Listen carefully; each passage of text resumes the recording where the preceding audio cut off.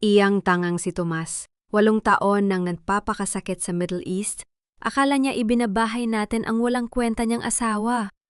Ang boses na iyon, na puno ng walang kaunting habag at puno ng panlalait, ay nanggaling sa bukas na bintana ng sala. Si Aling Karing, ang sariling ina na ipinagdarasal ni Tomas gabi-gabi sa gitna ng init ng ilang sa Middle East, ang nagwika ng mga salitang yon. Sa labas ng bakod, sa gitna ng kadiliman ng gabi, nakatayo si Tomas habang hawak ang isang luma at kupas na bag na naglalaman ng kanyang huling pasalubong. Ang kanyang mga balikat na pagal mula sa mahabang biyahe ay biglang nanigas, at ang pawis na umaagos sa kanyang muka ay tila naging yelo sa matinding lamig na gumapang sa kanyang dibdib. "Tama ka dyan, Ma!" Hirit naman ng boses ni Liza habang naririnig ang tunog ng pagtatalo ng mga papel na pera sa ibabaw ng mesa. Akala ba naman ng babaeng yun sa likod makikikain pa siya sa atin? Sa kulungan ng manok siya nababagay kasama ang anak niyang palaging may sakit. At si Tomas? Basta magpadala lang ng pera buwan-buwan, kahit ano pa ang sabihin natin laban sa asawa niya, paniniwalaan niya. Sinundan yon ng malakas na tawanan ni Mario at ng buong pamilya.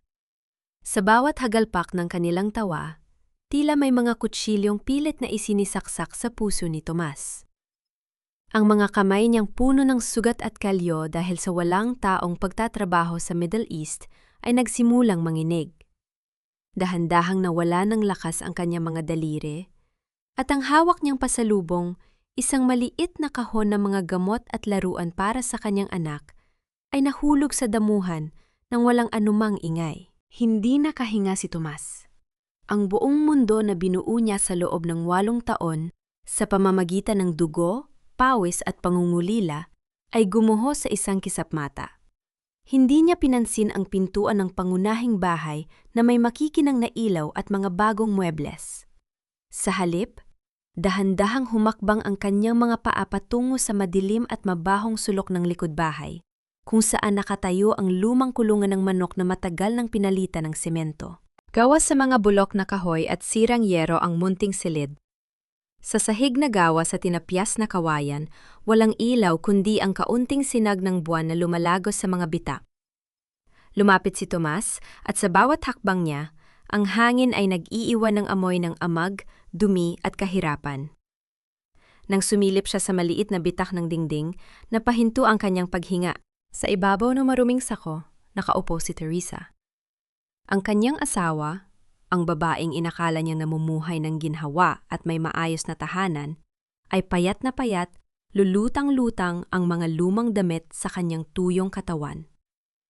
Nakayakap siya ng mahigpit sa 6 na taong gulang na si Joy. Ang munting bata ay nanginginig sa matinding lagnat habang nakabalot sa isang punit-punit na kumot. "Kayanin natin, anak. Huwag kang pipikit." Pabulong at nanginginig na saad ni Teresa habang hinahagkan ang mainit na noo ng bata. "Uuwi rin ang papa mo. Hindi tayo pababayaan ng papa mo kapag nalaman niya ang lahat." Ang mga salitang iyon ay parang kumukulong lang na ibinuhos sa bukas na sugat ni Tomas. Ang bawat luhang pumatak sa pismi ng kanyang asawa ay naging patak ng apoy na sumusulong sa kanyang kaluluwa. Paano nagawang tiisin ng kanyang pamilya ang ganitong kataksilan? Paano niya nagawang maging bulag habang ang sariling dugo at laman ay nagdurusa sa imburnal ng ingit at pagmamalupit? Sa matinding pagkabalisa, napaatras si Tomas. Ang kanyang paa ay natapilok sa isang kalawanging lata na nakalatag sa lupa na lumika ng isang maikling kaluskos sa katahimikan ng gabi. Biglang napasingap si Teresa. Sa bilis ng kidlat, iniharang niya ang kanyang sariling katawan sa ibabaw ng kanyang anak, habang ang kanyang mga mata ay pumatak sa matinding takot patungo sa pinto ng kulungan. "Sino yan?" Nanginginig at umiiyak na sigaw ni Teresa, habang ang kanyang boses ay pulo ng takot sa inaakalang panibagong pag-atake ng biyenan. "Pakiusap. Huwag niyo nang saktan si Joy. Ibibigay ko na ang natitira kong pagkain. Huwag niyo nang saktan ang anak ko." Nakatayo si Tomas sa gitna ng dilim, nakatitig sa asawang nanginginig sa takot sa mismong bahay na dapat ay nagpoprotekta sa kanila. Sa harap ng napakalaking kasalanan at pagtataksil ng sarili niyang dugo, paano pa makakatitig si Tomas sa mga mata ng babaeng ipinagpalit niya sa maling paniniwala sa sariling pamilya? Teresa? Ang pabulong na boses na yon ay halos hindi lumabas sa timbagang na mga labi ni Tomas. Subalit sa halip na magpakita at patakbuhin ang sarili sa yakap ng asawa, pinigilan ni Tomas ang sariling mga paa. Nakita niya ang matinding sindak sa mga mata ni Teresa. Isang takot na itinanim ng 8 taong walang humpay na pananakit at pagmamalupit. Kapag pumasok siya ngayon ng walang malinaw na plano, alam niyang lalong gagamitin ng kanyang pamilya ang bata laban sa kanila. Mabilis siyang dumaan sa gilid ng bakod at muling nagtago sa lilim ng punong mangga habang patuloy na umiiyak sa takot si Teresa sa loob ng kulungan. Huminga ng malalim si Tomas. Pinunasan ang mainit na luhang gumugulong sa kanyang pisngi at pinatigas ang kanyang muka. Pumasok siya sa pinto ng pangunahing bahay na para bang kalmado nuit bakas ang matinding pagod. Tomas! Anak ko! Mabilis na tumayo si Aling Karing mula sa malambot na sopa, nakabukas ang mga bisig at may pilit na ngiti sa labi. Kailan ka pa dumating? Bakit hindi ka man lang nagpasabi? Halika, pumasok ka.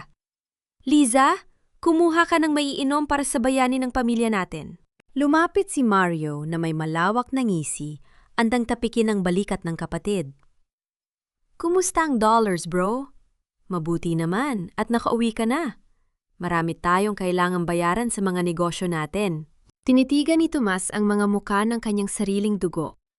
Ang mga mukhang iyon na dati pinagmumulan ng kanyang lakas sa ibang bansa ay nagmukhang mga lihim na lubos sa kanyang paningin. Hindi siya yumakap. Ibinalibag niya ang kanyang lumang bag sa semento at yumuko. Pinalabas ang isang malalim na buntong hininga na puno ng kawalan ng pag-asa. Wala na, ma. Wala na akong pirang dala. Pabulong at basag ang boses na panimula ni Tomas. Biglang napahinto si Liza sa paglalakad patungong kusina. Ang ngiti sa mukha ni Aling Karing ay naglaho sa isang kisap mata na pinalitan ng isang matalim at malamig na titig. Anong pinagsasabi mo, Tomas? Tanong ni Mario habang ang boses nito ay nawalan na ng dating init at pinalitan ng pagtataka at inis. Saan napunta ang sweldo mo para sa huling 3 buwan? At ang separation pay mo mula sa kumpanya? Nalugi ang kumpanya sa Middle East. Pagsisinungaling ni Tomas.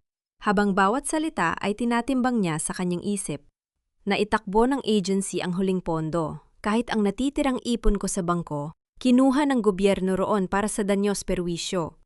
Bumalik ako rito na walang maski, 1 piso sa bulsa. Tahimik na bumalot sa malaking sala. Ang makulay at masayang kapaligiran kanina ay biglang naging mapanglaw at sakal sa pait. Ano? Sigaw ni Aling Karing habang ang kanyang boses ay pumalit sa tono ng isang malupit na biyenan na narinig ni Tomas sa labas ng bintana kanina. Wala kang dalang pera? Walang-wala? Tomas, paano ang kuryente natin? Paano ang amortisasyon ng kotse ng kuya mo? Nagpakahirap kaming alagaan ang bahay na ito para sa'yo, tapos uwi ka rito na parang pulubi? Ma, napagod ako sa biyahe. Wala akong pakialam kung pagod ka. Puton ni Liza, habang nakapamayang at matalim ang titig kay Tomas. Mario, bakit mo papatulugin yung kapatid mo sa guest room? Doon nakatabi ang mga bago nating kagamitan. Sa sala siya matulog sa luma at maruming sopa. Huwag niyang dumiha ang bahay natin kung wala naman siyang maiambag. Tinitigan ni Tomas si Mario. Umaasang kahit paano ay magsalita ang kanyang nakatatandang kapatid. Ngunit umiling lang si Mario, kinuha ang susi ng bagong kotse sa mesa at malamig na nagsalita. Makinig ka na lang kay Liza, Tomas. Mahirap ang buhay ngayon. Hindi kami pwedeng magpakain ng taong walang maiaambag sa bahay na ito. Ang bawat salitang iyon ay naging katibayan sa puso ni Tomas ng tunay na kulay ng kanyang pamilya. Hindi na siya lumaban. Lihim siyang nagpasalamat sa Diyos dahil sa pagsubok na ito.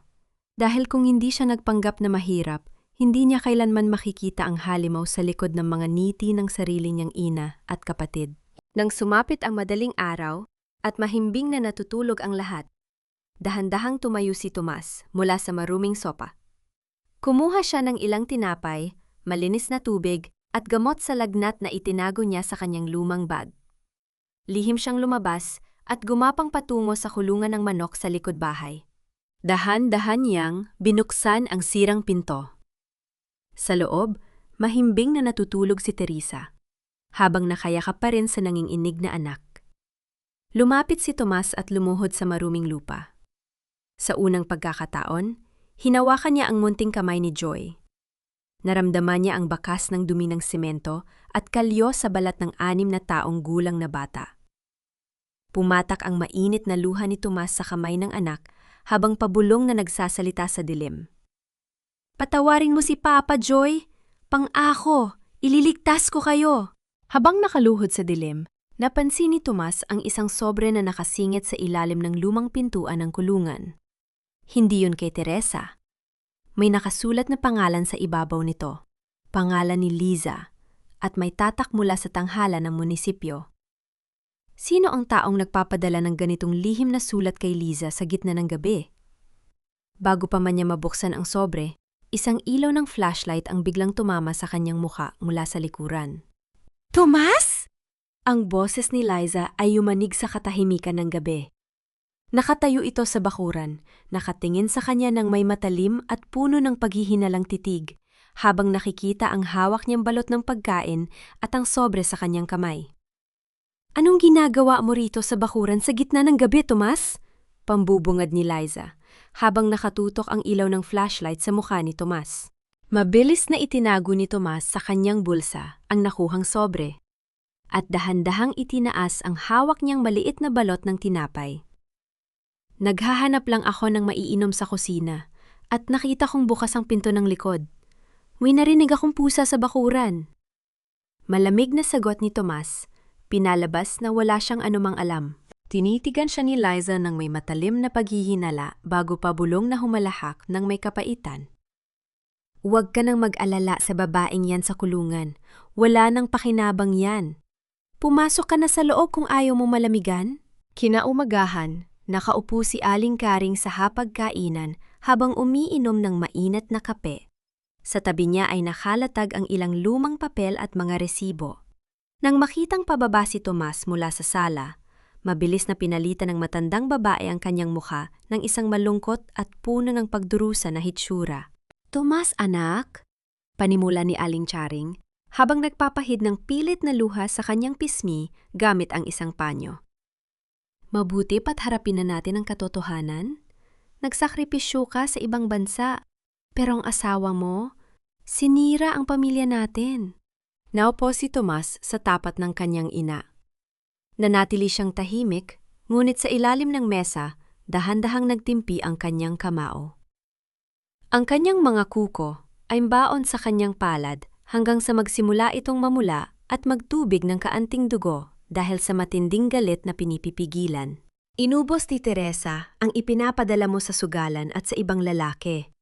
Patuloy ni Aling Karing, gamit ang pinakamalambot ngunit pinakamatalim na boses ng pagmamanipula. "Nang maubos ang pera, pinalayas namin siya para hindi na makasira sa baryo. Pero dahil mabait ang kapatid mong si Mario, pinatira pa rin namin siya sa lumang kubo sa likod para hindi magpalaboy-laboy ang bata." Inilapag ni Liza ang mga papel sa tapat ni Tomas na may halong panggigigil. "Ito ang mga patunay, Tomas, mga resibo ng utang sa sugalan. Pinalabas pa niyang kami ang nag-aapi sa kanya, samantalang kami ang nagpapakain sa anak niyo araw-araw." Tinitigan ni Tomas ang mga papel. Alam niyang peking lahat ang mga ito dahil kabisado niya ang tunay na sulat kamay ng kanyang asawa. Ngunit pinanatili niyang walang emosyon ang kanyang mukha. Sa ilalim ng mesa, pumisa ang isang patak ng dugo mula sa kanyang nakakuyom na palad patungo sa kanyang pants, ngunit hindi siya kumibo. Biglang sa labas ng bintana, nakita ni Tomas si Teresa na mabagal at naninginig na naglalakad patungo sa poso sa bakuran upang kumuha ng tubig. Mabilis na lumabas si Liza at matinding itinulak si Teresa sa balikat. "Bakit ka nandito?" sigaw ni Liza mula sa bakuran. "Bumalik ka sa kubo mo? Ang lakas ng loob mo lumapit sa bahay." Nalugmok si Teresa sa maruming lupa. Umuubo ng mahina habang pilit na itinataas ang kanyang kamay para protektahan ang sarili. Ngunit wala man lang lumabas na boses sa kanyang tuyong lalamunan. Si Aling Karing ay hindi man lang napalingon sa bintana. Sa halip, kinuha niya ang isang kulay kayumangging folder at inilagay ang isang panulat sa tapat ni Tomas. Tomas, habang wala ka pang trabaho, kailangang ilipat ang titulo ng lupa at bahay na ito sa pangalan ng kuya mo na si Mario, sabi ni Aling Karing na may pagmamadali. Siya lang ang may kakayahang magbayad ng buwis at mag-alaga ng ari-arian ng pamilya natin. Pirmahan mo na ito bilang isang mabuting anak. Yumuko si Tomas at tiningnan ang dokumento. Sa pinakaitaas ay nakasulat ang paglilipat ng lupa, ngunit sa pinakaibaba ng pahina, sa ilalim ng napakaliit na mga titik, may nakatagong sugnay na napansin ng kanyang mga mata. Isog-sugnay na nag-aalis ng lahat ng kanyang karapatan sa anumang pondo sa bangko at naglilipat ng lahat ng kanyang mga ari-arian kay Mario. Nang dilim ang mga mata ni Tomas, dahan-dahan niyang hinawakan ang panulat. Sa isang mabilis at matinding diin ng kanyang mga daliri, nabali ang panulat sa 2 piraso. Hindi ako pipirma, Ma. Malamig at matigas na pahayag ni Tomas. Biglang tumayo si Mario, itinulak ang mesa at pumatak ang galit sa kanyang mukha. Dinaluhong niya si Tomas habang sumisigaw. Ano hindi pipirma? Pagkatapos ng lahat ng ginawa namin sa'yo, magmamalaki ka pa ngayong wala ka ng silbi at walang pera? Nang hindi makuha ni Mario ang gusto at maramdaman ang matigas na paninindigan ni Tomas, nagmura na lamang ito at padabog na umalis, kasama sina Liza at Aling Karing patungo sa palengke at munisipyo. Iniwan nilang nakabukas ang pinto ng bahay, tiwalang wala namang magagawa ang isang pinalabas na walang perang tulad ni Tomas. Ginamit ni Tomas ang pagkakataong ito. Mabilis siyang dumaan sa likod bahay at dahan-dahang binuksan ang sirang pinto ng kulungan ng manok. Sa isang sulok ng madilim na silid, mabilis na napasandal sa dingding si Teresa. Iniharang niya muli ang kanyang payat na katawan sa ibabaw ni Joy, habang ang kanyang mga mata ay puno ng takot. Teresa, ako ito. Si Tomas. Pabulong at nanginginig na saad ni Tomas habang dahan-dahang lumuluhod sa maruming semento. Napatitig si Teresa sa mukha ng kanyang asawa. Sa loob ng 8 taon, ang mukhang iyon ang tanging pinagmumulan ng kanyang lakas sa kanyang mga panaginip. Ngunit ang matinding takot na itinanim ni Aling Karing na uuwi si Tomas para patayin siya at kunin ang bata, ay gumapang sa kanyang kaluluwa. Tomas! Nanginginig na boses ni Teresa. Huwag mong kukunin si Joy. Pakiusap. Ginawa ko ang lahat. Hindi ako nagtaksil sa'yo. Patawarin mo ako kung wala akong naipon. Huwag ka nang magsalita, Teresa. Pakiusap. Hikbi ni Tomas habang pilit na ginagapang ang distansya sa pagitan nila. Sa ilalim ng maruming sako na nagsisilbing unan, nakita ni Tomas ang gilid ng isang plastik. Inabot niya ito at inilabas ang isang lumang notebook na kupas na ang pabalat. Nang buksan niya ito, nakita niya ang sulat kamay ng kanyang asawa, isang talaarawan ng bawat araw ng paghihirap, gutom at pananalangin sa loob ng 8 taon. Sa bawat pahina, nakasulat ang petsa ng mga ipinadalang pera ni Tomas mula sa Middle East, kasunod ang mga tala kung paano pilit na kinuha ni Aling Karing ang bawat piso at paano sila pinalayas sa bahay. Sa pinakagilid ng huling pahina, nakatagpi ang 2 papel, mga resibo ng sanglaan. Iniyuko ni Tomas ang kanyang ulo habang binabasa ang huling nakasulat. Isinangla ko ang huling alaala ng kasal natin para may pambili ng gamot at gatas si Joy nang magkasakit siya ng matinding lagnat. Patawarin mo ako, Tomas, kung nawala ang rings natin. Ang bawat salitang iyon ay parang isang matalim na baril na pumatay sa anumang natitirang tiwala ni Tomas sa kanyang sariling dugo. Hindi na siya nakapagtimpi. Inabot niya si Teresa at dahan-dahan itong kinabig sa kanyang dibdib sa unang pagkakataon pagkaraan ng 8 mahabang taon. Nanginig ang buong katawan ni Teresa sa matinding trauma. Sa simula ay naging matigas ang kanyang mga balikat, ngunit nang maramdaman niya ang mainit na yakap ng asawa at ang pamilyar na amoy ng pagmamahal, dahan-dahan siyang sumuko. Yumakap siya sa leeg ni Tomas at tahimik na umiyak ng walang boses. Isang iyak ng taong matagal nang nawala ng pag-asa. Inangat ni Tomas ang muka ni Teresa. Ang kanyang sariling mga luha ay patuloy na pumatak at sumalpo sa tuyo at tuyong labi ng kanyang asawa habang pabulong siyang humihingi ng tawad ng paulit-ulit ng walang tunog. Habang nakayakap sa asawa, muling tiningnan ni Tomas ang mga resibo ng sanglaan sa kanyang kamay. Nanlaki ang kanyang mga mata nang makita ang tatak sa ibaba ng papel. Ang 2 singsing sa kasal na isinangla ni Teresa, 4 na taon na ang nakalipas, ay natubos na 3 araw pa lamang ang nakakalipas.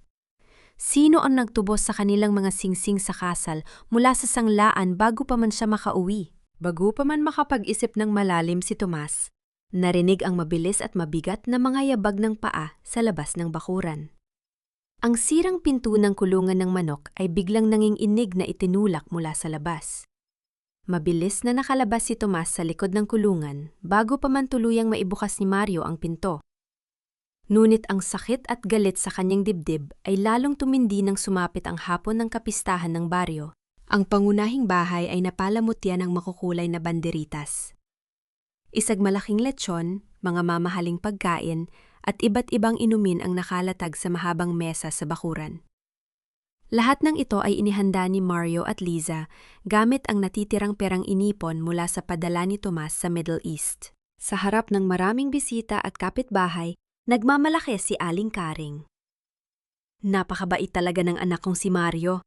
Siya ang nagtaguyod ng bahay na ito at nagpakain sa amin. Habang ang isa kong anak na si Tomas, umuwi rito na walang man lang dalang pera dahil nagpaloko sa asawa niyang tamad. Habang nagpapakasasa ang pamilya ni Mario at ang mga bisita, inutusan ni Liza si Teresa na tumayo sa ilalim ng nakapapasok na init ng araw upang maghugas ng napakaraming maruming plato. Ang mga kapitbahay na naniwala sa mga tsismis ni Aling Karing ay nagbubulungan at nagtatapon ng basahan sa gilid ng poso kung saan nakatayo ang nanginginig na si Teresa. Nakaupo sa isang tabi ang 6 na taong gulang na si Joy, nakatitig sa masasarap na pagkain habang humahawak sa kanyang kumakalam na tiyan. Lumapit si Liza, kinuha ang panis na natirang pagkain mula sa basurahan at itinapon ito sa isang maruming plastik na pinggan sa tapat ng bata. "Ito ang kainin mo! Huwag kang maginarte dyan!" Sigaw ni Liza sa bata sa harap ng lahat. Hindi na nakatiis si Tomas. Ang lahat ng pagtitimpi na pilit niyang pinahawak sa kanyang sarili ay tuluyang nawala. Dinaluhong niya ang mahabang mesa ng kainan sa gitna ng maraming tao. Sa harap ng nagulat na mga bisita, kinuha ni Tomas ang pinakamalaking plato ng lechon at mga sariwang prutas at dinala ito sa pwesto ng kanyang asawa at anak. "Kainin niyo ito." Malamig at may awtoridad na utos ni Tomas kay Teresa at Joy. Biglang tumayo si Aling Karing mula sa kanyang upuan. Pula ang mukha sa galit at hiyang-hiya sa harap ng mga bisita. "Tomas! Anong kababuyan yan? Para sa mga respetadong bisita natin yan. Bakit mo binibigay sa babaeng yan na walang kwenta at sa anak niyang salot?" Tinitigan ni Tomas ang kanyang ina gamit ang mga matang kasing lamig ng yelo. "Pagkain nito ng anak ko, ma. Sa perang pinadala ko galing sa Middle East, nabili ang lechon na ito at ang buong salusalo na kinakain niyo ngayon." Tahimik na bumalot sa buong bakuran. Nawala ng boses ang mga bisita sa matinding gululat. Sa kabila ng gutom at takot, kinuha ng munting si Joy ang kalahati ng saging mula sa kanyang pinggan at dahan-dahang inabot ito sa kamay ni Tomas. "Papa, kain ka rin po. Huwag ka na pong magalit." Pumatak ang luha sa mata ni Tomas habang tinatanggap ang piraso ng saging mula sa maliliit na daliri ng anak. Sa gitna ng katahimikang iyon, biglang pumasok sa bakuran ang kapitan ng barangay kasama ang 2 armadong pulis. Napatayo si Mario, halatang nag-aalala at namumutla ang muka. Bago pa man makapagsalita ang kapitan, isang bisita na nakaupo sa gilid, isang kinatawan ng bangko sa bayan, ang tumayo at malakas na nagsalita sa harap ng lahat. "Hindi ba't si Mario ang nagmamay-ari ng bagong kotse na nakaparada sa labas? Ang balita sa bangko natin, 5 buwan na yang hindi nababayaran at nakapangalan pala sa kapatid niyang si Tomas na sinasabi niyang walang pera." Sa matinding pagkagulat ng isang bisita, nabitiwan nito ang hawak na baso na nabasag at kumalat sa sementadong sahig. Habang nagkakagulo ang mga bisita at pilit na nagpapaliwanag si Mario sa kapitan ng barangay tungkol sa kotseng hindi nababayaran, tahimik na tumalikod si Tomas. Lumakad siya patawid sa makipot na kalsada patungo sa maliit at simpleng bahay ni Lola Rosa, agmatandang kapitbahay na nag-iisang nagpakita ng awa kay Teresa. Pinatuloy ni Lola Rosa si Tomas sa kanyang munting sala. Kumuha ang matanda ng isang basong mainit na salabat at inabot ito sa mga kamay ni Tomas habang dahan-dahang tinatapik ang kanyang nanginginig na balikat. "Tomas, matagal kong hinintay ang araw na ito," panimula ni Lola Rosa habang may luhas sa kanyang mga mata. "Masyado nang nadusa ang asawa at anak mo sa kamay ng sarili mong pamilya." Napatitig si Tomas sa matanda. "Lola, pakiusap, sabihin niyo sa akin ang lahat. Bakit pinabayaan ni Teresa na mangyari ito?" "Hindi siya nagpabaya, Tomas. Pinotektahan ka niya." Emosyonal na sagot ni Lola Rosa. "Inilagay ni Liza ang lahat ng sulat mo sa basurahan. Binayaran pa nila ang isang tambay sa barya ng 500 piso para tumayo sa bakuran niyo at magpanggap na katipon ni Teresa upang sirain ang kanyang danggal sa harap ng mga kapitbahay." Ang bawat salita ni Lola Rosa ay parang isang matalim na kutsil, yun na sumasaksak sa puso ni Tomas. Nang magkasakit ng matinding lagnat si Joy 2 taon ang nakakalipas. Patuloy ni Lola Rosa. Lumuhod si Teresa sa tapat ng pinto ni Aling Karing para humingi ng kahit 500 piso mula sa libu-libong pinapadala mo buwan-buwan. Ngunit sinigawan siya ng ina mo at sinabihang mamatay na lang sila. Ako ang nagpautang kay Teresa para maipasok ang bata sa ospital at binayaran niya iyon sa pamamagitan ng paglalabas sa akin. Niyukayok ni Tomas ang kanyang muka sa kanyang mga palad. Ang matinding galit at pagkakasala ay halos pumutok sa kanyang dibdib. Kumuha si Lola Rosa ng isang maliit na kahon sa ilalim ng mesa at inilabas ang isang lumang recording device. Pinindot niya ang pindutan at sa katahimikan ng silid, pumatak ang pamilyar na boses ni Aling Karing at Mario mula sa speaker. "Kailangan nating ipitin si Teresa sa kulungan ng manok," boses ni Aling Karing sa recording. "Para kapag umuwi si Tomas, mapipilitan siyang iwan ang buong bahay at remitan sa atin para sa bata. Walang pwedeng makaalam na may pera pa sa bangko." Napatayo si Tomas. Ang kanyang mga mata ay nag-apoy sa matinding paninindigan. "Gagamitin ko ang recording na ito, Lola. Paiiralin ko ang batas. Sisiguraduhin kong magbabayad silang lahat sa korte." Napatitig si Tomas sa instrumento. "Lola, paano niyo nakuha ang recording na ito?" Bumaba ang tingin ni Lola Rosa at pabulong na sumagot, "May isang misteryosong taong nakakaalam ng katotohanan ang nag-abot niyan sa akin noong 1 linggo. Hindi niya ipinasabi ang kanyang pangalan, pero sinabi niyang oras na para matapos ang kasamaan sa bahay na yon." Habang naglalakad si Tomas pabalik sa kanyang bahay, dala ang ebidensya sa kanyang bulsa. Napansin niya ang maitim at makapal na usok na umaakyat sa kalangitan mula sa kalsada. Mabilis siyang tumakbo. Sa gitna ng kalsada sa tapat ng bahay, nakatayo si Liza habang itinapon ang mga natitirang lumang damit ni Teresa at ang mga gawa-gawang laruan ng batang si Joy sa isang malaking apoy. "Dahil winasak mo ang fiesta natin, Tomas!" sigaw ni Liza habang galit na itinutulak ang mga gamit sa apoy. "Ipapalayas ko na ang salot mong asawa at anak ngayong gabi. Wala na silang babalikan kahit kailan." Sa bilis ng kidlat, kinuha ni Tomas ang isang timba ng tubig sa gilid ng poso at ibinuhos ito sa nag-aapoy na mga damit. Natakpan ng makapal na usok ang kalsada habang inililigtas ni Tomas mula sa abo ang natitirang sirang laruan ng kanyang anak at ang ilang tahitahing damit ni Teresa. "Anong ginagawa mo, Tomas?" Galit na sigaw ni Liza habang nakapamayang sa gitna ng usok. "Taksil ka sa sarili mong dugo? Pinagtatanggol mo pa ang babaeng yan kaysa sa pamilyang nagpakain sa'yo?" Lumabas si Mario mula sa gat ng bahay. Pula ang mukha sa matinding galit dahil sa pagkapahiya sa fiesta. Dinaluhong niya si Tomas at tinangkang hawakan ang kwelyo nito upang itulak. "Wala kang utang na loob. Umalis ka na rito kasama ang pamilya mo." Ngunit bago pa man madampi ng mga daliri ni Mario ang damit ni Tomas, mabilis na hinawakan ni Tomas ang bisig na kapatid.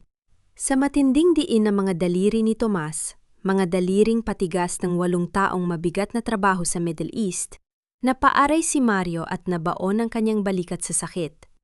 Hindi siya makagalaw sa matinding hawak ng kapatid.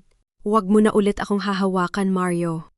Malamig at nakakatakot ang boses ni Tomas habang nakatitig sa mga mata ng kapatid. "Lahat ng nakikita mo sa bahay na ito, ang kotseng ipinagmamayabang mo, ang mga damit sa katawan mo, at ang pagkaing kinain mo kanina, galing sa pawis at dugo ko sa Middle East. Wala kang itinayo gamit ang sarili mong kamay." Lumabas si Aling Karing sa beranda. Hawak-hawak ang kanyang dibdib habang umuubo at umiiyak ng malakas. "Aray! Ang dibdib ko! Tomas!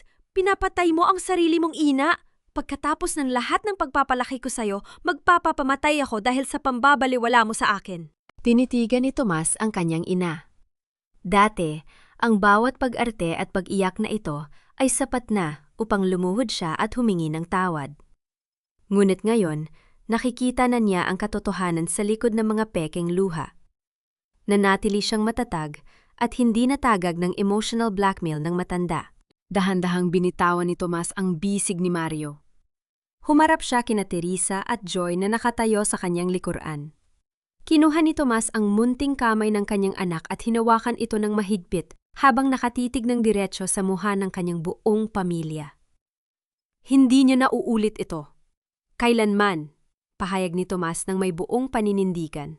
Sinulya pa ni Tomas si Mario at idinagdag, "Mabuti pa't maghanda na kayo. Kakausapin ko bukas si Manager Santos sa Pambansang Bangko sa Bayan tungkol sa lahat ng withdrawal at transaksyon na ginawa niyo habang wala ako." Nang marinig ni Mario ang pangalang Manager Santos, biglang naging balisa at namutla ang kanyang mukha. Nagsimulang lumabas ang pawis sa kanyang noo habang pabalik-balik ang tingin sa kanyang asawa. Bakit labis ang takot ni Mario sa oras na mabanggit ang pangalan ng bank manager? Bago pa man makapagpalusot si Mario, 2 barangay tanod ang pumasok sa bakuran. Ang nangungunang tanod ay naglabas ng 7 at humiip dito upang makuha ang atensyon ng lahat bago inabot ang isang opisyal na sulat. Ipinararating ng barangay ang opisyal na summons, anunsyo ng tanod. Inuutusan ng buong pamilya na humarap sa opisyal na pagdinig sa munisipyo bukas ng 9:00 ng umaga. Kinaumagahan, bago pa man mag 8:00 ng umaga, isang opisyal na courier mula sa pangunahing tanghalan ng Pambansang Bangko ang dumating sa bakuran. May dala itong isang kulay pulang folder na naglalaman ng mga sertipika dung babasahin at pagsusuri ng bangko na lihim na hiniling ni Tomas sa pamamagitan ng kanyang abogado. Inilagay ni Tomas ang pulang folder sa ibabaw ng mesa sa sala. Nang buksan niya ito, lumabas ang kumpletong record ng lahat ng remittance na ipinadala niya mula sa Middle East sa loob ng 8 taon. Nakalagay sa mga papel na higit 3 milyong piso ang kinuha at inilipat mula sa kanyang account sa nakalipas na 5 taon. Ang mga pirma sa withdrawal slips ay malinaw na ginawa sa pamamagitan ng peking pirma na inaprubahan ng corrupt na bank manager na si Manager Santos, ang kaibigan ni Mario sa sugalan. Nang makita ni na Mario at Liza ang mga opisyal na tatak ng bangko sa pulang folder, tumaas ang presyon ng takot sa sala. Nagsimulang mag-away ang mag-asawa sa harap ni Tomas habang isinisisi sa isa't isa ang pagkawala ng pera. "Ikaw ang kumuha ng perang yon!" sigaw ni Liza kay Mario habang nanginginig sa galit. "Inubos mo ang pera ng kapatid mo sa kasino sa bayan? Akala ko ba pambayad yun sa negosyo?" "Huwag mo akong isisi, Liza!" ganti ni Mario habang namumutla at pinawawisan. "Sino ba ang bumili ng mga mamahaling bag, alahas at nagpagawa ng bahay na ito? Ikaw ang nag-utos sa akin na kunin ang pera sa bangko." Habang nagkakasagutan ang dalawa, nare-realize ni Aling Karing na wala na silang maipapalusot. Mabilis na lumapit ang matandang babae kay Tomas at biglang lumuhod sa maruming semento sa tapat ng kanyang anak. Umiyak ito ng malakas habang humahawak sa mga binti ni Tomas. "Tomas! Ako ang nagpalaki sa'yo!" sigaw ni Aling Karing gamit ang huling lakas ng kanyang panlilinlang. "Ako ang nagpakain at nag-alaga sa'yo nun bata ka pa. Wala ka bang utang na loob sa sarili mong ina? Kakasuhan mo ba ang inang nagluwal sa'yo?" Umapaw ang dalamhati at sakit sa dibdib ni Tomas. Nais niyang yumuko at yakapin ang kanyang ina, ngunit bago pa man manghina ang kanyang puso, ibinaling niya ang kanyang tingin sa gilid ng pintuan. Nakatayo roon si Teresa, payat, nanginginig, at nakikita ang mga sugat at kalyo sa kanyang walang sapatong na mga paa. Ang tanawin na iyon ng kanyang asawa ay naging angkla ni Tomas upang manatiling matatag laban sa sentimental blackmail ng kanyang ina. Tinitigan ni Tomas si Aling Karing nang may matinding lamig sa kanyang mga mata. Iniluwal mo ako, ma, pero pinatay mo ang asawa at anak ko sa gutom at takot. Ang utang na loob ay ibinibigay sa pagmamahal, hindi sa pag-aalipin at pagpatay sa kaluluwa ng sarili kong pamilya. Dahan-dahan niyang inilayo ang kanyang binti mula sa hawak ng ina. Habang binabasa ni Tomas ang huling pahina ng pagsusuri ng bangko, napansin niya ang isang malaking kawalan sa balance statement. 500,000 piso ang biglang inilipat mula sa account kahapon lamang ng hapon. Nasaan ang natitirang kalahating milyon na biglang nawala bago siya makauwi? Inabot ng courier ang isang nakatagping kasulatan mula sa bangko. Ipinag-aalam din po na ang 500,000 piso na inilipat kahapon ay napunta sa personal na account ng isang nagngangalang Clara, ang nakatagong kabit ni Mario sa bayan. Nawala ng kulay ang mukha ni Liza. Sa gitna ng katahimikan ng sala, dinaluhong ni Liza si Mario habang sumisigaw sa matinding galit dahil sa pagtataksil ng asawa. Dahil sa matinding takot sa paparating na pagdinig sa munisipyo, at sa pagkakatuklas na ibinigay ni Mario ang 500,000 piso sa kanyang kabit, nawala na ng baon na katinuan si Liza. Alam niyang kapag nakatayo si Teresa sa harap ng Wes bukas ng umaga, mawawalan sila ng anumang maipapalusot. Sa gitna ng kadiliman na madaling araw, pumasok si Liza sa likod bahay. May dala itong isang mamahaling kwintas na ginto na pagmamay-ari ni Aling Karing. Ang kanyang balak ay isingit ito sa ilalim ng maruming sahon ni Teresa upang akusahan ito ng pagnanakaw bago pa man magsimula ang pagdinig sa barangay. Dahan-dahang binuksan ni Liza ang sirang pinto ng kulungan ng manok at gumapang sa dilim. Ngunit sa hindi inaasahang pagkakataon, nagising ang 6 na taong gulang na si Joy. Nang makita ng bata ang anino ni Liza sa tapat ng kanyang muka, umiyak ito sa matinding takot. Natataranta at nagalit si Liza. Sa matinding diin ng kanyang kamay, itinulak niya ng malakas ang munting si Joy patungo sa sementadong sahig. "Liza! Huwag mong saktan ang anak ko!" Sigaw ni Teresa habang mabilis na iniharang ang sariling katawan sa ibabaw ng nanginginig na bata. Si Tomas, na hindi natutulog at nagbabantay sa beranda, ay agad nang narinig ang sigaw ng kanyang asawa. Sa bilis ng kidlat, tumakbo siya patungo sa likod bahay at pumasok sa kulungan ng manok.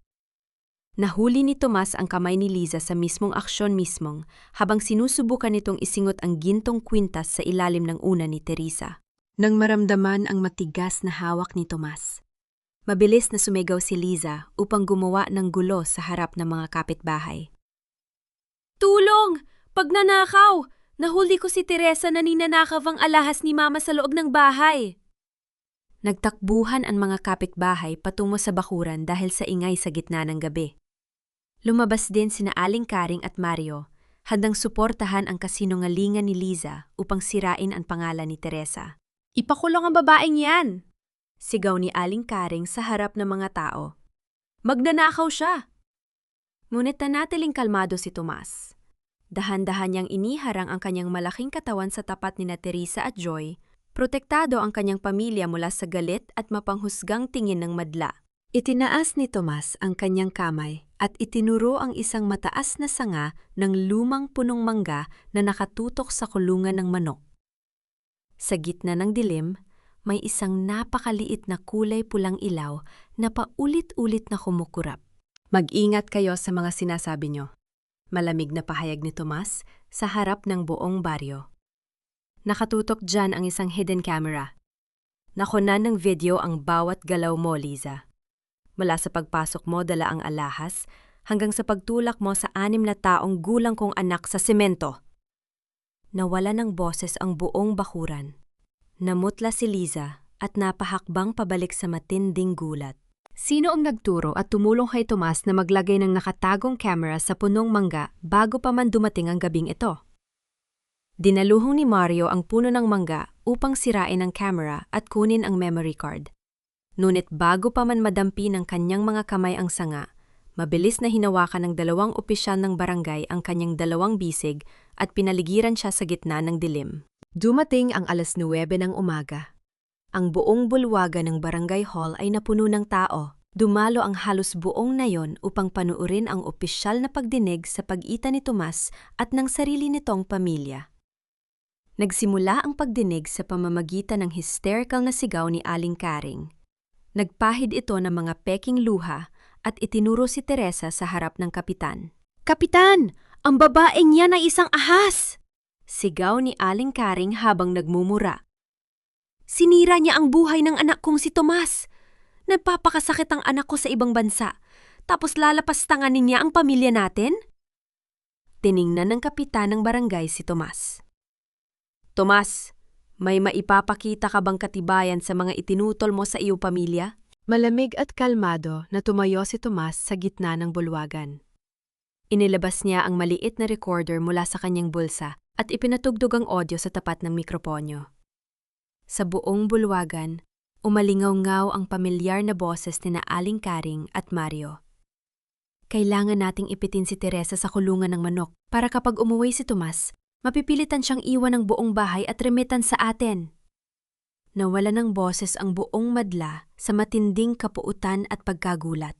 Sumunod na inilabas ni Tomas ang video mula sa hidden camera na nakakabit sa punong mangga. Ipinakita sa malaking screen ang bawat galaw ni Liza sa gitna ng gabi. Mula sa pagnanakaw ng kwintas, ang pagtulak nito sa 6 na taong gulang na si Joy sa semento, hanggang sa pagsubok nitong isingit ang alahas sa ilalim ng una ni Teresa. Ang mga kapitbahay na dating naniwala sa mga tsismis ni Aling Karing ay magkakasabay na nagalit at nagsimulang sumigaw laban kina Mario at Liza.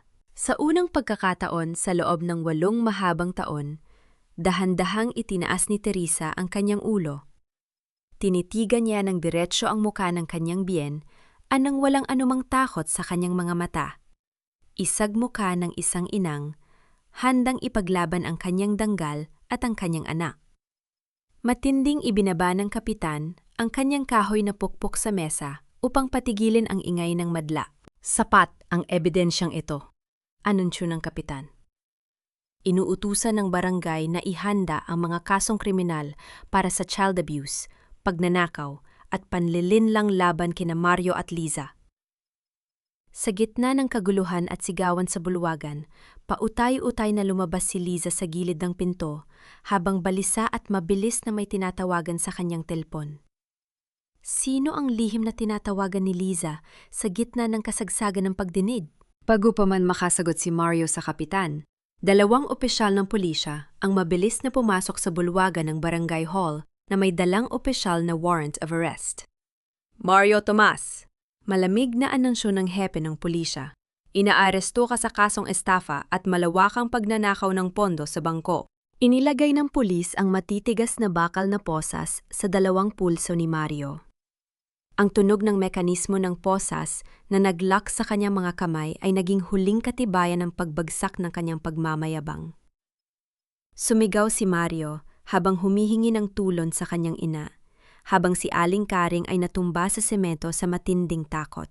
Matapos maaresto si Mario sa barangay hall, pumunta si Tomas sa lumang bahay kasama ang 2 opisyal ng pulisya at ang kapitan upang kumuha ng mga legal na dokumento, ang birth certificate ni Joy at ang sarili niyang mga papel na nakatago sa silid.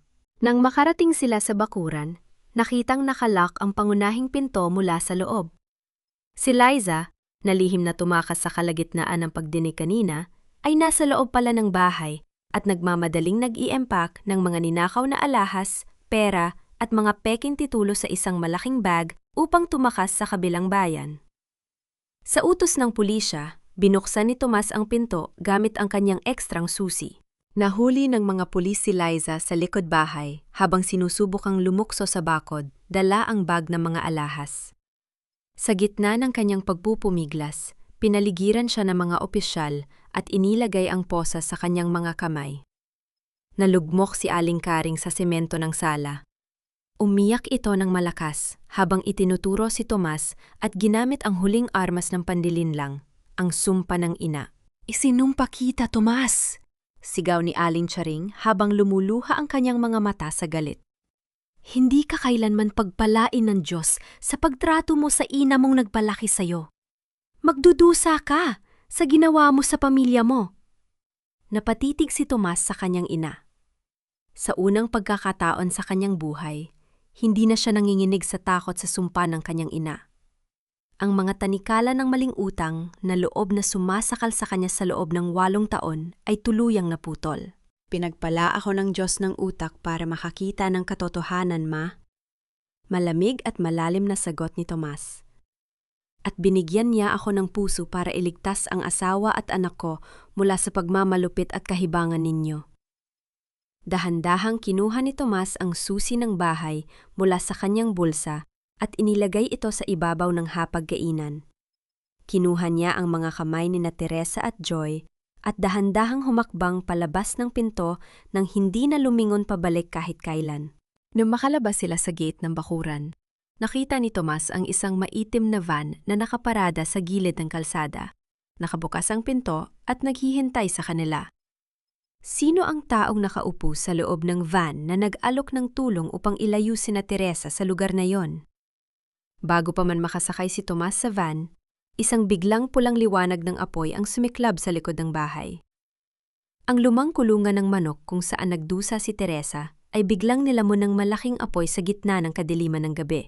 Ang amoy ng makapal at nakatutok na usok ay mabilis na kumalat sa hangin habang pinapanood nila ang natutupok na nakaraan. Mabilis na inakay ni Tomas si Teresa at ang munting si Joy paitaas sa loob ng maitim na van upang maiwasil sila sa usok at panganib ng apoy na lumalamon sa lumang kulungan ng manok. Nang masigurong ligtas ang dalawa sa loob ng sasakyan, tumingin si Tomas sa taong nakaupo sa driver's seat.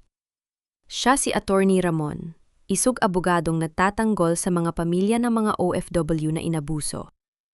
Siya rin ang misteryosong taong nag-abot ng recording device kay Lola Rosa at tumulong kay Tomas na maglagay ng hidden camera sa punong mangga. Ibinunyag ni Attorney Ramon na si Liza ang nagtapon ng lampara sa loob ng kulungan ng manok bago ito sumubok lumukso sa bakod, sa pag-asang matutupok ng apoy ang anumang ebidensya at ang talaarawan ni Teresa. Ngunit hindi nito alam na matagumpay nang naisave ni Tomas ang mga papeles at ang notebook ng kanyang asawa. Umalis ang van mula sa bakuran ng lumang bahay. Habang pinapanood ni na Tomas at Teresa mula sa bintana ang usok at ang apoy na dahan-dahang lumalayo, naramdaman nila ang pagkabawas ng napakalaking dusa sa kanilang mga balikat. Ang 8 taong impyerno ay tuluyang naiwan sa mga abo ng nakaraan. Ikinatwa sila ni Attorney Ramon sa isang malinis at payak na maliit na bahay sa gitna ng bayan. Inupahan ito ni Tomas gamit ang natitira niyang pondo sa pambansang bangko na hindi nakuha ng kanyang kapatid. Sa unang pagkakataon, sa loob ng 8 mahabang taon, nakatapak sina Teresa at Joy sa isang malinis na bahay na may malambot na kama, malinis na kumot at mainit na pagkain sa mesa. Hinawakan ni Joy ang malambot na unan nang may pagtataka at gulat sa kanyang mga mata. Papa? Dito na po ba tayo titira? May kama na po tayo? Hindi na po ba tayo babalik sa mabahong kubo? Lumuhod si Tomas at niyakap ng mahigpit ang kanyang anak habang lumuluha. Oo, anak. Dito na tayo titira. Walang sinuman ang makakasakit sa inyo rito. Nang sumapit ang hating gabi at tahimik na ang buong bayan, nahiga silang tatlo sa malambot na kama. Sa gitna ni na Tomas at Teresa, dahan-dahang inabot ng munting si Joy ang kanyang 2 maliliit na kamay. Kinuha niya ang kamay ni Tomas at ang kamay ni Teresa at pinagdugtong ang mga ito sa ibabaw ng mainit na kumot habang nakangiti bago pikit ang kanyang mga mata. Napatitig sina Tomas at Teresa sa isa't isa sa gitna ng lamig ng gabi. Ang sakit ng nakaraan ay dahan-dahang pinalitan ng paitaas na pag-asa. Bago umalis si Attorney Ramon kanina, nabanggit nito na ang bahay na ito ay ipinaupa sa napakababang halaga dahil sa tulong ng isang misteryosong may-ari ng lupa na nagpoprotekta sa mga kapwa OFW sa lalawigan. Sino ang taong ito na nag-abot ng tulong sa kanila mula sa likod ng tabing? Habang mahimbing na natutulog si Teresa at si Joy, may dahan-dahang kumatok sa pinto ng bahay. Lumabas si Tomas at binuksan ang pinto, kung saan nakatayo si Attorney Ramon na may hawak na isang kulay kayumanging envelope na mga papeles ng korte. Ang kaluskos na mga papeles ng korte sa kamay ng abogado ay naging hudyat ng huling laban. Tomas, seryosong pahayag ng abogado. Handa na ang mga formal na kasong ihahain bukas sa West laban kay Mario, Liza at sa corrupt na bank manager. Handa ka na bang tapusin ang laban na ito sa korte upang makuha ang ganap na katarungan? Pagkalipas ng 2 linggo, dumating si Attorney Ramon sa maliit na bahay ni na Tomas. Dala ang magandang balita. Sa tulong ng utos ng West, formal nang pinag-freeze ng bangko ang lahat ng nakatagong account ni na Mario at Manager Santos. Nabawi ng batas ang malaking bahagi ng perang inagaw mula sa 8 taong pagtatrabaho ni Tomas sa Middle East. Sa harap ng kanyang abogado, formal na nangako si Tomas sa sarili, hindi na siya kailanman babalik sa ibang bansa bilang OFW. Ginamit niya ang natitirang pera upang magtayo ng isang maliit na negosyo sa pagpapatayo ng bahay sa bayan upang makasama niya ang kanyang pamilya sa bawat araw. Ngunit ang 8 taong traumatikong pagmamalupit ay nag-iwan ng malalalim na sugat sa kaluluwa ni Teresa. Tuwing may naririnig siyang malakas na kalabog ng pinto sa kalsada o sigaw ng mga tao sa labas, mabilis na nanginginig ang kanyang katawan at napapatingin siya sa sulok sa matinding takot. Madasalin at pasensyosong inalagaan ni Tomas ang kanyang asawa. Siya ang nagluluto ng pagkain, nagtitimpla ng maiinom, at nananatili sa tabi nito tuwing nagigising ito sa gitna ng gabi dahil sa masamang panaginip. Isang hapon, habang masayang naglalaro si Joy sa maliit na halamanan sa bakuran, nakaupo sina Tomas at Teresa sa beranda. Dahan-dahan at malamig na humiip ang hangin. Lumapit si Tomas at nakiupo sa tabi ng kanyang asawa. Nang walang anumang salita, dahan-dahang inabot ni Tomas ang kanyang mga daliri at inayos ang buhok ni Teresa na natatakpan ang kanyang mukha.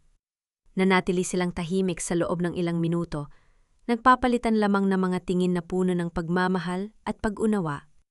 Sa simpleng galaw na yon, naramdaman ni Teresa na ang kanyang pusong nasugatan ay dahan-dahang naghihilom.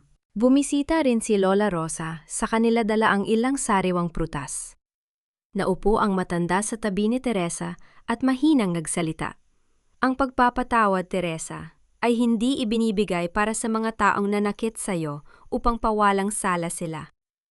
Ang pagpapatawad ay ang susi upang palayain ang sarili mong puso mula sa bilangguan ng galit at takot.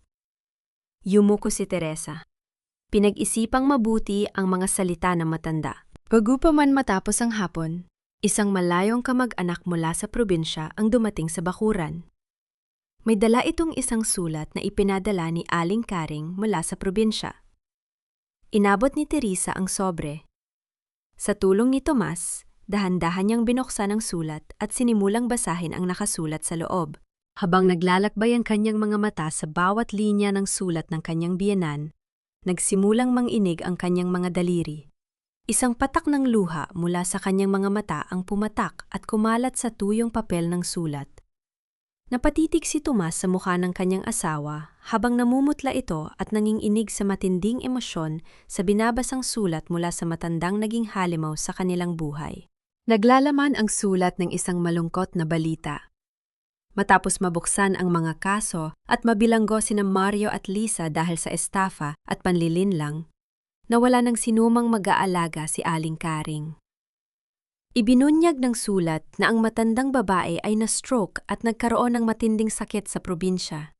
Iniwan ng lahat ng kanyang mga kaibiga ang dating nakikikain sa kanyang mesa. Hinihihiling ng mga kamag-anak sa probinsya na patawarin at kunin ni Tomas ang kanyang ina upang patirahin sa kanyang bagong bahay. Nagkaroon ni na Tomas at Teresa ng isang malalim na usapan sa beranda habang nakatitig sa kalangitan. Tomas? Mahinang saad ni Teresa habang nakahawak sa kamay ng asawa. Naniniwala ako sa pagpapatawad. Ngunit ang pagpapatawad ay hindi nangangahulugang ibabalik natin ang panganib at takot sa loob ng ating tahanan. Yumuko si Tomas at hinagka ng kamay ng kanyang asawa. Ina ko siya, Teresa. Pero kayo ni Joy, ang pamilyang ipinangako kong protektahan hanggang sa huling hininga ko. Hindi ko na kailanman hahayaan na magkaroon ng takot sa bahay natin. Kinabukasan, naglakbay si Tomas patungo sa probinsya. Hindi niya dinala ang kanyang ina sa kanyang bahay. Sa halip, inayos ni Tomas ang pagpapasok kay Aling Karing sa isang malinis at maayos na tahanan ng mga matatanda na may mga professional na nurse. Bayad ni Tomas ang lahat ng buwanang gastusin sa gamot at pagkain ng ina. Ngunit, matatag niyang inilagay ang ranjoy ng proteksyon para sa kanyang sariling pamilya. Sa loob ng pasilidad, nakaupo si Aling Karing sa isang wheelchair, payat at mahina. Nang makita niya si Tomas, pumatak ang mga tunay na luha ng pagsisisi sa kanyang mga matang namumula. Natanto ng matanda ang laki ng kanyang kasalanan. Ang anak na kanyang itinaboy at ginamit ay siya pa ring nag-aalaga sa kanya sa huling yugto ng kanyang buhay. Lumuhod si Tomas sa tapat ng wheelchair ng kanyang ina. Dahan-dahan niyang kinuha ang mahinang kamay nito at idinampi ito sa kanyang sa isang solemneng pagmamano. Pinatatawad kita, Ma, pabulong at may halong lungkot na sabi ni Tomas. Ngunit hindi ko na kailanman papayag na masaktan ulit ang pamilya ko. Dito ka magpapagaling at sisiguraduhin kong hindi ka magugutom. Umiyak si Aling Karing at tumango ng may katapatan sa kanyang pagsisisi. Bumalik si Tomas sa bayan na may gaan sa kanyang dibdib. Sa mga sumunod na linggo, naging abala siya sa isang lihim na proyekto na ipinaghahanda niya para sa kaarawan ni Teresa. Sa gabi ng kaarawan ni Teresa, pinalagyan ni Tomas ng piring ang mga mata ng kanyang asawa. Kasama ang munting si Joy na masayang pumapalakpak, isinakay ni Tomas si Teresa sa kotse at dinala ito sa isang lugar na malapit sa dalampasigan. Inakay ni Tomas si Teresa patungo sa gitna ng isang malawak na bakanteng lote sa tabing dagat. Dahan-dahang tinanggal ni Tomas ang piring sa mga mata ni Teresa. Naramdaman ni Teresa ang malamig na ihip ng hangin mula sa dagat sa kanyang pisngi. At nang idilat niya ang kanyang mga mata, napasinghap siya sa matinding gulat sa kanyang nakita sa ilalim ng liwanag ng mga bituin. Nang idilat ni Teresa ang kanyang mga mata, isang magandang arkitekturang plano at blueprint ang nakalatag sa ibabaw ng isang maliit na mes ang gawa sa kawayan. Pinaliligiran ng mga kandila sa gitna ng bakanteng lote sa tabing dagat. Tomas, nanginginig ang boses ni Teresa habang nakatitig sa mga papel. Ano ito? Lumapit si Tomas at hinawakan ng dalawang kamay ng kanyang asawa. Binili ko ang loteng ito, Teresa. Dito natin itatayo ang ating bagong bahay. Isang bahay na may malaking bintana na nakatutok sa dagat kung saan hindi niya na kailanman mararanasan ang dilim at takot. At ang loteng ito, nakapangalan lamang sa iyo at kay Joy. Napahawak si Teresa sa kanyang dibdib. Umalpas ang mga luha ng matinding kagalakan mula sa kanyang mga mata. Inabot ni Tomas ang kanyang bulsa at inilabas ang isang maliit na kulay pulang velvet box. Nang buksan niya ito sa ilalim ng liwanag ng buwan, lumabas ang 2 gintong ring sa kasal na isinangla ni Teresa 4 na taon na ang nakakalipas. Napatitig si Teresa sa mga singsing sa matinding gulat. Paano napunta sa iyo ito? Ngumiti si Tomas habang may luha sa kanyang mga mata. Ako ang nagtubos ng mga singsing na ito sa sanglaan 3 araw bago ako pormal na umuwi sa bahay, Teresa. Nalaman ko sa sanglaan ang tungkol sa sakripisyo mo. Hindi kailanman nawala ang pagmamahal ko sa iyo. Dahan-dahang kinuha ni Tomas ang singsing sa kasal at isinuot ito muli sa daliri ni Teresa.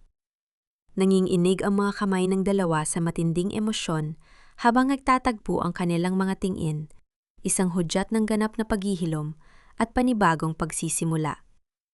Biglang lumabas mula sa gilid sina Lola Rosa, Attorney Ramon, ang kapitan ng barangay at ang ilang matatapat na kaibigan.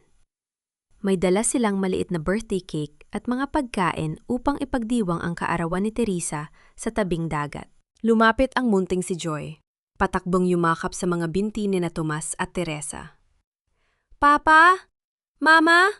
Hindi na po ako natatakot sa dilim kasi kasama ko na po kayo. Yumuko si Tomas at binuhat ang kanyang anak habang inakay niya si Teresa sa kanyang bisig. Sa gitna ng gabi, naramdaman ni Teresa ang lubos na kapayapaan at pagmamahal sa piling ng asawang nagligtas at nagtanggol sa kanyang banggal. Ang tunog ng mga alon sa dalampasigan ay naging huling melodiya ng kanilang tagumpay laban sa lahat ng dusa at kasamaan. Lumipas ang 5 taon. Isang maliwanag at maaliwalas na umaga sa tabing dagat. Ang hangin ay amoy asin at sariwang halamanan, at ang mga alon ay dahan-dahang humahalik sa puting buhangin. Nakatayo sa dalampasigan ang isang magandang 2 palapag na bahay na gawa sa kahoy at semento. May malalaking bintana na nakatutok sa asul na karagatan. Sa loob ng kusina, abala si Teresa sa paghahanda ng almusal. Ang kanyang mukha, na dating payat, namumutla, at puno ng matinding takot, ay nagliliwanag na ngayon sa kalusugan at kapayapaan. Wala na ang mga sugat sa kanyang katawan. Ang natira lamang ay ang malambot na ngiti ng isang inang nakatagpo ng ganap na kaligayahan. Lumabas mula sa silid ang 11 taong gulang na si Joy, nakasuot ng malinis na pampublikong pormang pampaaralan. Ang munting bata, na dating nanginginig sa lagnat sa loob ng mabahong kulungan ng manok, ay isa ng malusog, masiyahin, at matalinong mag-aaral na palaging nangungguna sa kanyang klase. "Mama, Papa, handa na po ang mga libro ko!" Masayang bati ni Joy habang yumayakap sa baywang ng kanyang ina bago humalik sa pisngi ni Tomas. Si Tomas, na nakaupo sa hapagkainan habang umiinom ng kape, ay hindi na bumalik sa ibang bansa bilang OFW sa nakalipas na 5 taon. Ang kanyang binuong lokal na negosyo sa pagpapatayo ng bahay sa bayan ay naging matagumpay, na nagbibigay ng sapat at marangal na kita upang mabuhay ng may ginhawa ang kanyang pamilya nang hindi na kailanman nagkakalayo. Habang nag-aagahan ng pamilya, kumuha si Tomas ng isang sulat mula sa kanyang bulsa. Yon ay isang opisyal na paunawa mula sa tahanan ng mga matatanda sa probinsya. Payapang pumasa kabilang buhay si Aling Karing, 2 araw ang nakakalipas dahil sa kanyang matandang kaadvanan. Sa kanyang huling mga sandali, bago pikit ang kanyang mga mata, iniwan ng matanda ang kanyang huling mensahe ng taos-pusong pagsisisi at paghingi ng tawad kay Tomas at Teresa.